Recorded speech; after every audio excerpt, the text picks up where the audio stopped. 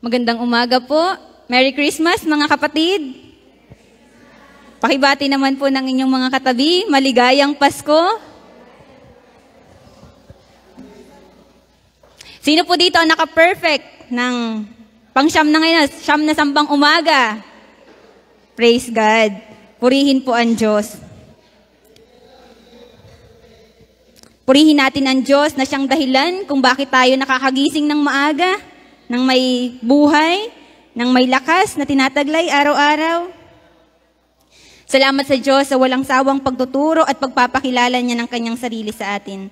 At sa nakalipas na 8 sambang umaga, ay tinalakay sa atin.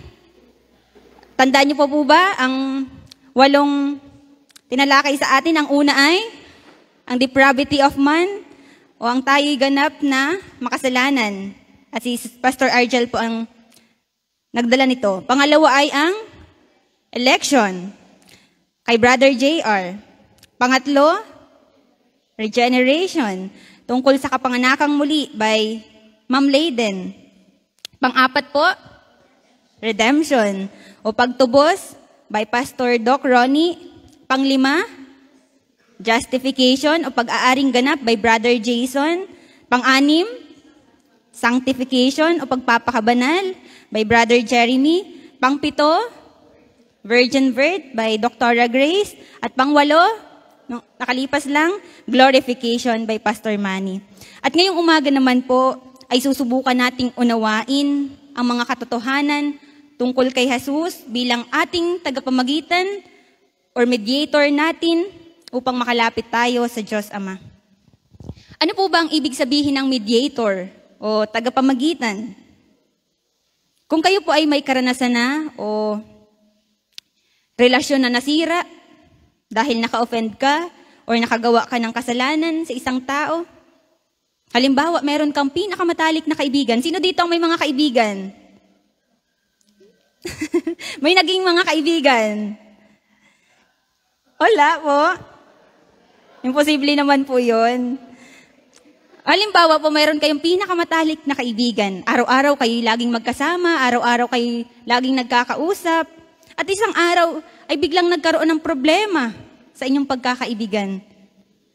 Yung dating malapit na kaugnayan nyo sa isa't isa ay malayo na.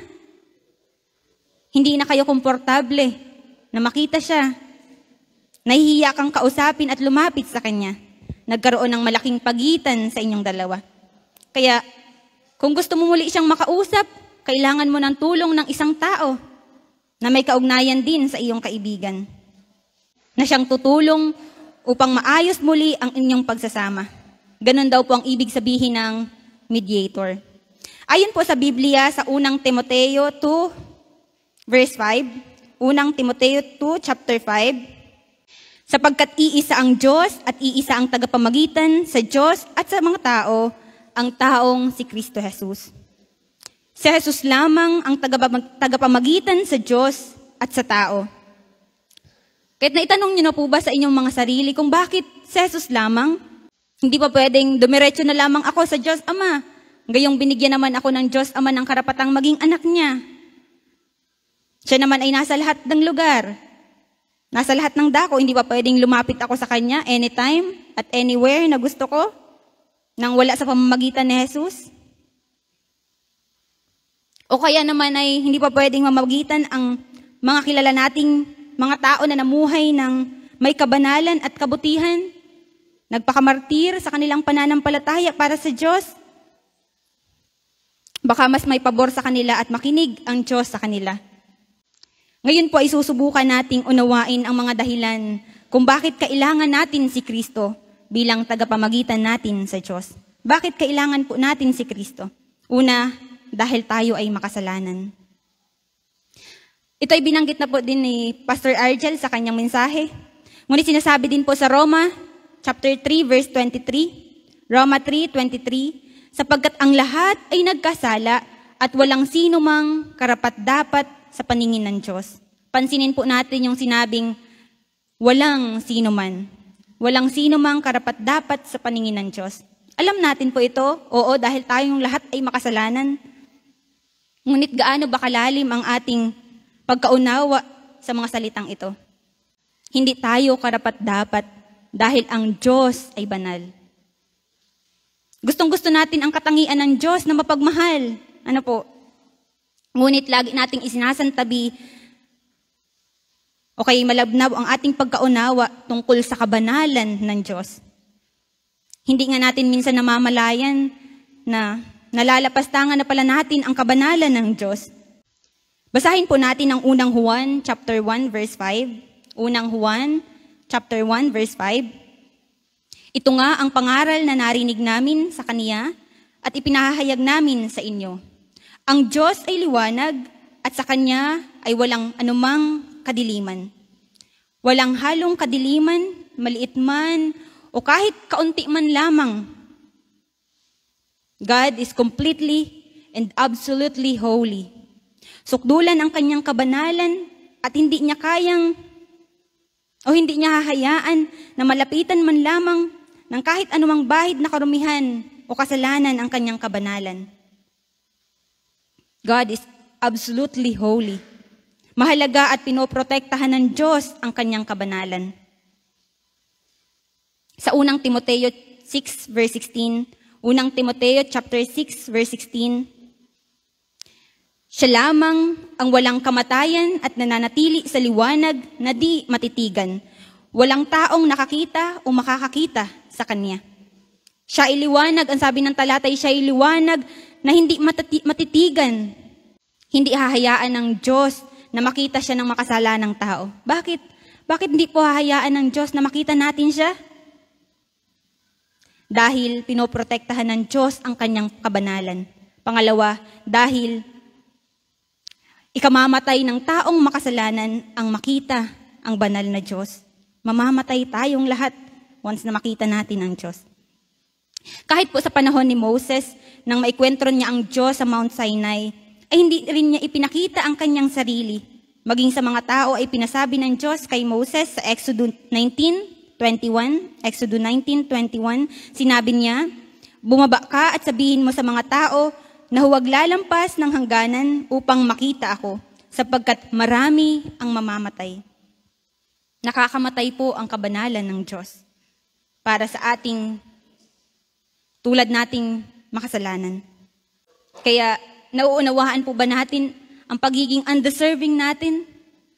Hindi tayo karapat-dapat man lamang na humarap sa Diyos. Nakikita na ba natin ang malayong agwat natin sa Diyos? Sabi po ay cannot be reached o hindi maabot ang pamantayan ng Diyos sa kabanalan. Walang sino mang tao ang nakaabot sa pamantayan ng Diyos sa kabanalan. Siguro naman po ay alam natin sa ating mga sarili na tayong lahat ay makasalanan. Ano po? Ang ating likas na makasalanan na nanunuot sa buo nating pagkatao. Mas normal at natural pa sa atin ang makagawa ng kasalanan kaysa ang gumawa ng mabuti. Isa itong malaking katotohanan. Mas normal pa sa atin na makagawa o gumawa ng kasalanan kaysa ang gumawa ng mabuti. Sabi po sa Roma 3:10-19, Roma chapter 3, verse 10-19, walang matuwid, wala kahit isa. Walang nakakaunawa, walang naghahanap sa Diyos. Ang lahat ay lumihis ng landas at nagpakasama. Walang gumagawa ng mabuti, wala kahit isa. Parang bukas na libingan ang kanilang lalamunan. Pananalita nila'y pawang panlilinlang. Ang labi nila'y may kamandag ng ahas. Puno ng pagmumura at masasakit na salita ang kanilang bibig. Wala silang atubili sa pagpatay ng kapwa. Parang dinaanan ng salot ang kanilang madaanan. Hindi nila alam ang daan ng kapayapaan. Hindi sila marunong matakot sa Diyos. Alam natin na anumang sinasabi ng kautusan ay sinasabi sa mga nasasakop nito upang walang maidahilan ang sinuman. At dahil dito'y mananagot ang lahat sa Diyos. Kung mayroon po dito sa atin na nag-iisip na siya ay hindi naman ganun makasalanan, katulad ng iba, o iniisip niyang mas mabuti naman ako kaysa sa iba. Ngunit sinasabi po ng talata, walang matuwid, wala kahit isa. Alisin po natin sa ating mga isipan ang pag-iisip na mas mabuti tayo kaysa sa iba. O baka naman po iniisip pa din natin na dahil sa mga ginagawa nating mabuti, ay hindi tayo maituturing na makasalanan. Walang sino man, walang tao ang exempted. Na pwedeng sabihin na mas mabuti kasi siyang tao. Mas nagsiserve naman ako kay Lord, mas marami naman akong paglilingkod na ginagawa. Kaya deserve ko ang blessings ni Lord. At qualified na ako. Wala pong taong makapagsasabi ng ganon. Agad nitong pinatay ang anumang pag-asa na maaari tayong makalapit sa banal na Diyos sa pamamagitan lamang ng mga sarili nating pagsisikap. Sinasabi din po sa Isaiah 29 verse 2, Isaiah chapter 29 verse 2, ang inyong mga kasalanan ang siyang naglayo sa inyo sa Diyos at iyon ang dahilan kung bakit niya kayo tinalikuran at ayaw nang makinig sa inyong mga dalangin. Ano daw po ang dahilan? Ang ating mga kasalanan. Isa sa pinakamasaklap na karanasan ng isang tao ay ang hindi na niya maranasan ang Diyos. Isa sa pinakamasaklap na karanasan ng isang tao ay ang hindi mo na maranasan ang pagsama at ang presensya ng Diyos. Ayaw nang makinig ng Diyos sa iyong mga dalangin. Tinalikuran ka na ng Diyos dahil sa kasalanan. Naranasan niyo na po ba ang karanasan na kapag nakagawa kayo ng kasalanan, ang automatic na response natin ay ang lumayo sa Diyos, ang lumayo sa church, ang lumayo sa mga kapatid? Dahil nahihiya tayo sa ating nagawang kasalanan, guilty tayo, ayaw na nating humarap, may pagitan na sa atin.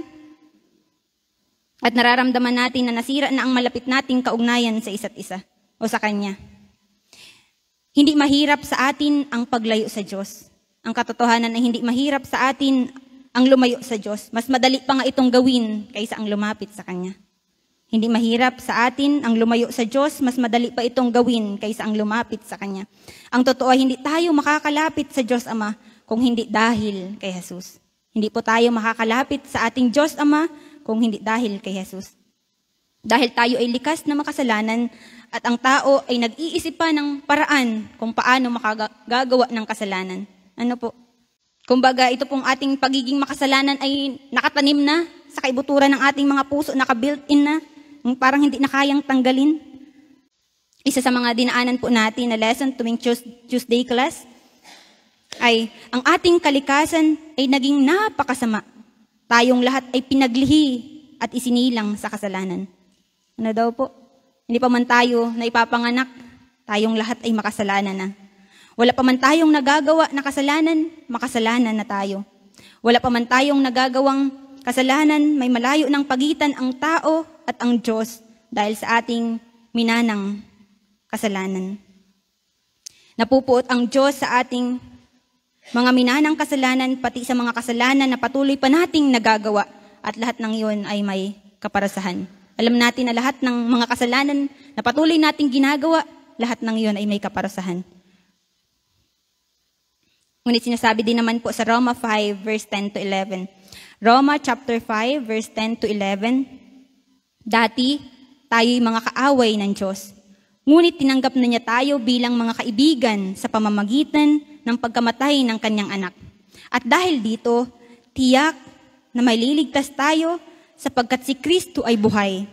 At hindi lamang iyan, tayo'y nagagalak dahil sa ginawa ng Diyos sa pamamagitan ng ating Panginoong Hesukristo, sapagkat dahil sa Kanya ay tinanggap tayo bilang mga kaibigan ng Diyos. Pansinin po natin yung binasa nating talata sa pamamagitan daw po nino? Na Jesus. Sa pamamagitan ng Panginoong Jesus. Hiwalay kay Jesus, tayo ay itinuring na kaaway ng Diyos. Ngunit sa pamamagitan ni Jesus, tayo naman ay tinanggap bilang mga kaibigan ng Diyos. Kaya imagine po natin kung wala si Jesus, paano na lamang tayo? Paano na lang kung wala si Jesus, tayo ay mananatiling kaaway ng Diyos? Kahit na-imagine na po ba yung isang buhay na kaaway ng Diyos? Ito po ay napakahirap at miserable ng buhay natin. Ano po? At nakikita at nauunawaan na po ba natin ang pagiging hindi natin karapat-dapat sa harapan ng Diyos? Ang malaking pagitan ng makasalanang tao at ang banal na Diyos na kailanman ay hindi natin maabot sa anumang paraan, anumang kabutihan at anumang pagsisikap natin. Kahit nga po ang mabubuti nating gawa ay hindi katanggap-tanggap at ito'y inihalintulad pa ng Biblia sa maruming basahan. Sinasabi po sa Isaiah 64 verse 6, lahat tayo'y naging marumi sa harapan ng Diyos, ang mabubuting gawa natin maruruming basahan ang katulad. Ano po? Lahat daw ng mabubuti nating mga gawa sa paningin ng Diyos, katulad lamang yun ng maruming basahan. Kahit nga ang panalangin natin ay hindi katanggap-tanggap sa Diyos Ama, kung hindi ito idadalangin sa pangalan ni Jesus. Kahit kung hindi natin idadalangin ito sa pangalan ni Jesus, hindi ito tatanggapin ng Diyos Ama. Nakikita po ba natin ang katotohanan na wala talaga tayong pag-asa na maging malapit sa Diyos at makipag-ugnay sa ating Diyos, maliban na si Jesus ang mamagitan para sa atin. Maliban na si Jesus ang mamagitan para sa atin at sa Diyos Ama, never tayong makakalapit sa Kanya. Ang pangangailangan natin ng tagapamagitan o mediator between us na makasalanan at ang Diyos na banal ay napaka-obvious at hayag na hayag. Kailangan natin si Jesus. Pakisabi nga po sa inyong sarili, kailangan ko si Jesus. It will be impossible to relate with God apart from Jesus. Imposible po talaga, napaka-imposible. Kung hindi mo nauunawaan ang pagiging makasalanan mo, at ang kabanalan ng Diyos, hindi mo rin ma-acknowledge ang pangangailangan mo kay Jesus bilang iyong tagapamagitan sa Diyos. Si Apostol Pablo po ay nagsabi rin ng ganito sa Roma 7:23-25, Roma chapter 7, 23-25, ngunit may ibang kapangyarihan sa mga bahagi ng aking katawan na salungat sa tuntunin ng aking isip. Binibihag ako ng kapangyarihang ito sa kasalanang naninirahan sa aking katawan. Kay saklap ng aking kalagayan, sino ang magliligtas sa akin mula sa katawang ito na nagdadala sa akin ng kamatayan? Wala nang iba pa, kundi ang Diyos sa pamamagitan ni Hesukristo na ating Panginoon. Salamat sa Kanya. Malinaw po kay Pablo na sa kanyang makasalanang kalikasan, na sumasalungat sa kalooban ng Diyos, ay naunawaan niya na kailangan niya si Jesus. Na tanging si Jesus lamang ang makapagliligtas sa kanya sa ganoong kasaklap na kalagayan. Para kay Pablo, kung wala si Jesus, paano na lamang siya? Habang buhay, tayong hiwalay sa Diyos. Kaya katulad ng sinabi ni Pablo, salamat sa Kanya. Salamat sa Panginoong Jesus. Pwede po ba nating sabihin, thank you, Jesus? Thank you, Jesus. Ikalawa, bakit kailangan natin si Jesus bilang ating tagapamagitan? Dahil si Jesus lamang ang tanging daan patungo sa Ama. Si Jesus lamang ang tanging daan patungo sa Ama. Kung sa lumang tipan po ay mababasa natin na ang tumatayong mga tagapamagitan sa Diyos at sa mga tao ay ang mga dakilang saserdote o high priest. Sinasabi po sa Hebreo 5 verse 1, Hebreo chapter 5 verse 1, ang bawat dakilang saserdote ay pinili sa mga tao at itinalagang maglingkod sa Diyos para sa kanila upang maghandog ng mga kaloob at mga hain dahil sa mga kasalanan. Kaya't pansin po natin na kahit di pa man naisisilang si Jesus dito sa lupa, kahit di pa man siya bumababa dito sa lupa, ay may kailangan na talagang mamagitan sa tao at sa banal na Diyos. Ano po? Ang mga saserdote ang namamagitan noon. Bilang mga mediators, sila lamang ang may karapatang pumasok sa most sacred place once a year na itinuturing na holy of holy o kabanal-banalang dako dahil naroon ang presensya ng Diyos.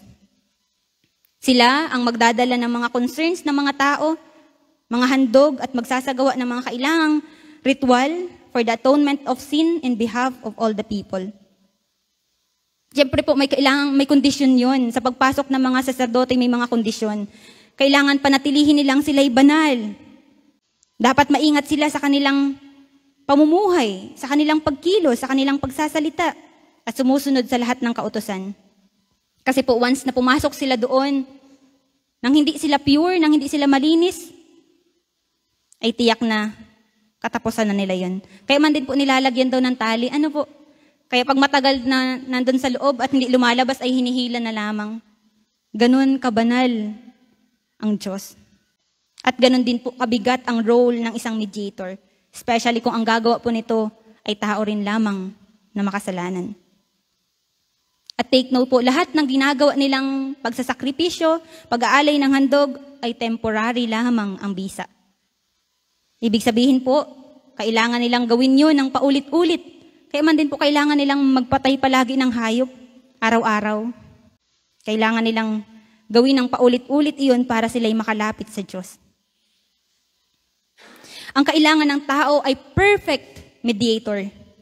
At iyon po ay walang iba kundi si Jesus. Sinasabi po sa Hebreo 7:26-28, Hebreo chapter 7, 26-28. Sa makatuwid, si Jesus, kung ganoon, ang pinakapunong paring nakatugon sa ating pangangailangan. Siya'y banal, walang kasalanan ni kapintasan man. Inihiwalay sa mga makasalanan at itinaas sa kalangitan. Hindi siya katulad ng ibang mga pinakapunong pari na kailangan pang mag-alay ng mga handog araw-araw. Unay para sa kanilang sarili nilang kasalanan at pagkatapos para sa kasalanan ng mga tao. Minsan lamang naghandog si Jesus at iyo'y magpakailanman. Nang ihandog niya ang kanyang sarili. May mga kahinaan ang mga pinakapunong pari na pinili ayon sa kautusan, ngunit ang dakilang pinakapunong pari na pinili ayon sa panunumpa ay ang anak na ginawang ganap magpakailanman. At ang ipinangako ng Diyos ay huling dumating kaysa sa kautusan. Yet bakit si Jesus ang ating perfect mediator? Bakit si Jesus? Ano bang klaseng tagapamagitan ang qualified sa Diyos? Isang banal, walang kapintasan, walang kasalanan. Isang Diyos lamang ang qualified dito. Ano po? At isa rin namang ganap na tao na magbabata ng kaparusahan ng Diyos sa kasalanan. Ito ang hinihingi ng katarungan ng Diyos. Ang sabi po sa talata, si Jesus ang pinakapunong paring nakatugon sa ating pangangailangan. Siya ay banal, walang bahid na kasalanan. Siya po ay banal at walang bahid na kasalanan. Hindi tulad ng mga saserdote na may mga kahinaan at kasalanan. At kailangan pang maghandog ng sakripisyo araw-araw. Una ay para sa kanilang mga sarili at pagkatapos ay para sa kasalanan naman ng mga tao. Kaya isipin po natin kung gaano katagal at kahabang panahon na ginagawa ito ng mga saserdote. Ano po? Para sa lamang sila'y makalapit sa Diyos Ama. Imagine natin, mauubos na ang alaga nilang hayop ay hindi pa rin sapat ang lahat ng kanilang pagsasakripisyo, ang lahat ng paghahandog nila para sila'y makalapit sa Diyos. Para patawarin ng Diyos ang kanilang mga kasalanan. Ngunit si Jesus ay walang kasalanan.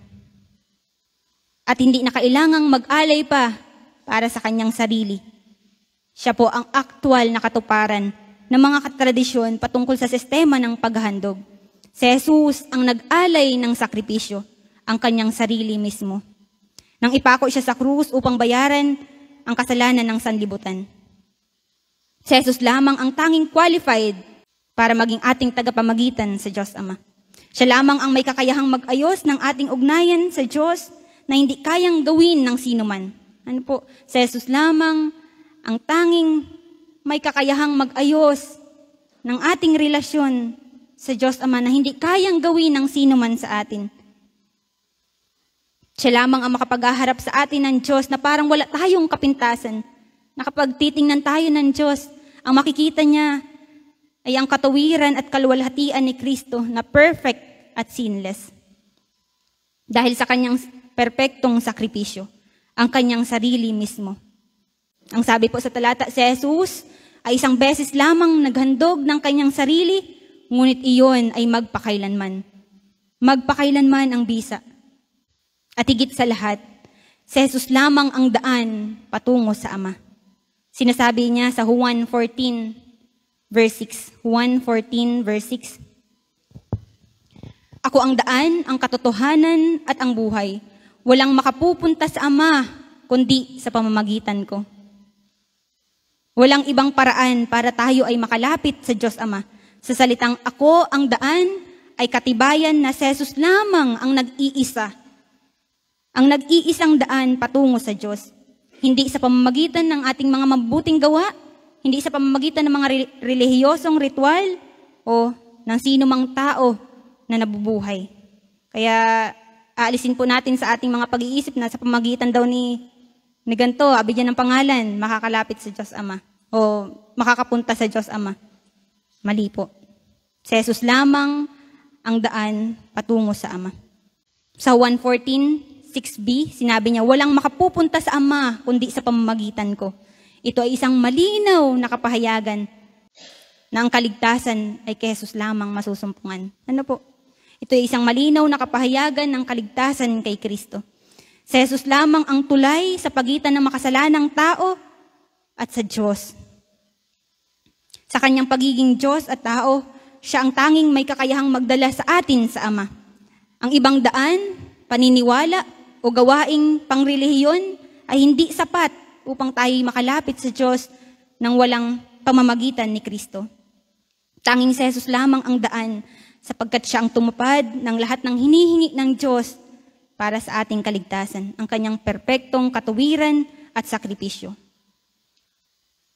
Sinasabi din po sa Gawa chapter 4 verse 12, Gawa chapter 4 verse 12, kay Jesucristo lamang matatagpuan ang kaligtasan sapagkat sa silong ng langit ang kanyang pangalan lamang ang ibinigay ng Diyos sa ikaliligtas ng tao. Ano daw po? Sa Jesucristo lamang, kay Jesucristo lamang matatagpuan ang kaligtasan, sapagkat sa silong ng langit, ang kanyang pangalan lamang ang ibinigay ng Diyos sa ikaliligtas ng tao. Tanging ang pangalan lamang ni Jesus ang ibinigay ng Ama sa ikaliligtas ng lahat ng tao, sapagkat ang kaligtasan ay hindi matatagpuan o masusumpungan kanino man. Ang paggamit ng pangalang Jesus ay hindi lamang tumutukoy sa isang tao, kundi sa kanyang buong misyon at kapangyarihan ng kanyang buhay, kamatayan at muling pagkabuhay. Si Jesus ang tinutukoy na tagapagligtas ng sanlibutan. At sa pamamagitan lamang ng pananampalataya sa Kanya, makakamtan ang kaligtasan. Sa pamamagitan ng pananampalataya sa Kanya, makakamtan ang kaligtasan. Sinasabi din po sa Hebrews 7, verse 25, dahil dito, lubusan niyang maililigtas ang lahat ng lumalapit sa Diyos sa pamamagitan niya, sapagkat siya'y nabubuhay magpakailanman upang mamagitan para sa kanila. Siya daw po ay nabubuhay magpakailanman para mamagitan para sa atin. Hindi natapos sa ginawang sakripisyo ni Jesus sa krus, doon sa krus, bilang tagapamagitan natin sa Diyos Ama. Hindi po natapos doon, nung maipako si Jesus, hindi po natapos doon ang kanyang gampanin bilang ating tagapamagitan. Kaya't hindi po ba napakagandang balita nito? Amen. Na para sa atin, si Jesus ay tagapamagitan natin magpakailanman. Walang katapusan. Malinaw na aktibo pa rin si Jesus sa pagganap ng kanyang gawain para sa atin bilang ating tagapamagitan at tagapagtanggol sa Ama sa kalangitan. At habang nagpapatuloy ang pangangaral ng mabuting balita, si Jesus ang tagapamagitan at tagapagtanggol natin ng mga Kristiyano. Ito ang kanyang papel bilang tagapamagitan na kanyang kasalukuyang ginagampanan para sa mga tunay na kanya. Ang sabi po sa unang Juan, chapter 2, verse 1, unang Juan, chapter 2, verse 1, mga anak, isinusulat ko ito sa inyo upang huwag kayong magkasala. Ngunit kung magkasala ang sinuman, may tagapagtanggol tayo sa Ama. Si Jesucristo ang matuwid. Kahit laging iniluluhod ni Jesus ang ating mga karaingan sa Diyos Ama. Ano po? Kaya pag tayo nananalangin, si Jesus mismo ang lumuluhod para sa atin. Para siyang isang abogado natin, isang abogadong tagapagtanggol natin sa Diyos Ama. Namamagitan si Jesus para sa atin, habang ang dyablo naman o si Satanas ay sinusumbatan tayo at laging ipinapaalala ang ating mga kasalanan at kahinaan sa harapan ng Diyos, gaya ng kanyang ginawa kay Job. Ngunit ang kanyang mga akusasyon ay hindi naririnig ng ating Diyos Ama doon sa langit, dahil binayaran na ng buo ni Jesus ang ating mga kasalanan doon sa krus. Ibinigay niya sa atin ang kanyang katuwiran, ang kanyang perpektong kabanalan, habang kinuha niya ang ating mga kasalanan at binayaran ng kanyang kamatayan. Sinasabi sa unang Korinto 5:21, unang Korinto chapter 5 verse 21, hindi nagkasala si Kristo, ngunit dahil sa atin, siya'y ibinilang na makasalanan upang makipag-isa tayo sa Kanya at mapabanal sa harapan ng Diyos sa pamamagitan niya. Ano daw po? Si Jesus ay hindi nagkasala, ngunit dahil sa atin, siya'y ibinilang na makasalanan. Never nagkasala si Jesus, ngunit dahil sa atin, siya'y ibinilang na makasalanan. Iyon ang nag-alis ng ating makasalanang posisyon sa harapan ng Diyos Ama, upang matanggap tayo ng Diyos bilang mga anak niya na walang kapintasan sa kanyang harapan. Sa mensahe pong ito na narinig natin ngayong umaga, alam ko pong maiksi lamang ito, ngunit nakita natin ang dalawang katotohanan. Ang katotohanan na hiwalay kay Jesus, hiwalay sa Diyos, dahil sa ating mga kasalanan. Tayo hiwalay sa Diyos dahil sa ating mga kasalanan. At sa mga kasalanan na patuloy nating nagagawa. At kailanman na hindi tayo karapat-dapat sa harapan ng Diyos. Walang anuman tayong magagawa sa ating mga sarili upang maayos iyon o mailapit man lamang natin ang ating sarili sa banal na Diyos. Isang katotohanan ay ang kasapatan ni Kristo, ang ating dakilang tagapamagitan. Sa pamamagitan niya, mayroon ng kapatawaran ang ating mga kasalanan. Sa pamamagitan ni Jesus, maaari nang makipag-ugnayan ang makasalanang tao at ang banal na Diyos. Maaari na tayong makalapit sa Diyos Ama sa pamamagitan ni Jesus.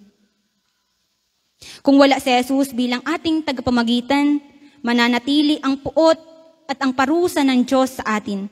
Kung wala si Jesus bilang ating tagapamagitan, mananatili ang puot, ang galit ng Diyos sa atin at ang parusa ng Diyos. Ngunit maraming mga nakatala sa Biblia na pakinabang na matatamo lamang natin sa pamamagitan ni Jesus at ng kanyang sakripisyo. Apart from Jesus, we are truly nothing and deserves nothing. Apart from Jesus, wala tayo. Ano po? Ngayon po ba ay masasabi natin na kung wala si Jesus, wala tayong pag-asa? Tayo po ay mai-stuck sa kapahamakan. Habang tayo nabubuhay, ang patungo natin ay sa impyerno. Ngunit dahil kay Jesus, tayo ngayon ay may pag-asa. Kaya pala nang ibinalita ng anghel sa mga pastol, ang pagsilang kay Jesus ay ganito ang sabi nila sa Lucas chapter 2 verse 10. Lucas chapter 2 verse 10. Huwag kayong matakot, ako'y may dalang magandang balita para sa inyo na magdudulot ng malaking kagalakan sa lahat ng tao. Isinilang sa inyo ngayon sa bayan ni David ang tagapagligtas, ang Kristong Panginoon. Kaya pala ganun na lamang ang galak ng mga pastol nang sabihin nila sa mga tao na, ako'y may dalang magandang balita. Tunay nga na ang pagdating ni Jesus ay isang napakagandang balita para sa atin. Minsan pa nga palakpakan po natin ang Diyos. Palakpakan natin si Jesus. Kaya't ngayong Pasko po, muli nating sariwain ang pagsilang ni Jesus. Sa mga mensaheng ating narinig, sa mga nakalipas na araw, naway araw-araw nating palaging ma-appreciate si Jesus. Ano po, alam natin na punong-puno na tayo ng mga kaalaman sa mga narinig natin sa nakalipas na 8 araw. Ngunit naway patuloy nating ma-appreciate si Jesus at palagi tayong magpahayag o sabihin natin na kailangan natin siya sa ating buhay. Kailangan natin si Jesus araw-araw. Magpasalamat po tayo kay Jesus ng taos sa puso natin, ng buong puso natin. Kahit wala man tayong ma-receive na regalo ngayong Kapaskuhan, ngunit si Jesus ay isang napakagandang regalo na natanggap natin. At iyon ay sapat na. Naway, yun po ay maging sapat na sa buhay natin. Ang matanggap natin si Jesus. Nawa po ay makatugon palagi tayo at maitaas natin ang pangalan ni Jesus. Si Jesus bilang ating tagapamagitan at tagapagligtas. Mabigyan nawa natin ng kaluwalhatian at karangalan ang kanyang pangalan araw-araw. Na kahit na natapos na itong sambang umaga, naway sa buhay natin, araw-araw ay maipamalas natin, napapasalamatan natin si Jesus, na-appreciate natin siya, at kahit anumang maranasan natin, palagi tayong magagalak at magkakaroon ng kagalakan, kasiyahan sa ating mga puso, dahil ang katotohanan ay natanggap natin si Jesus.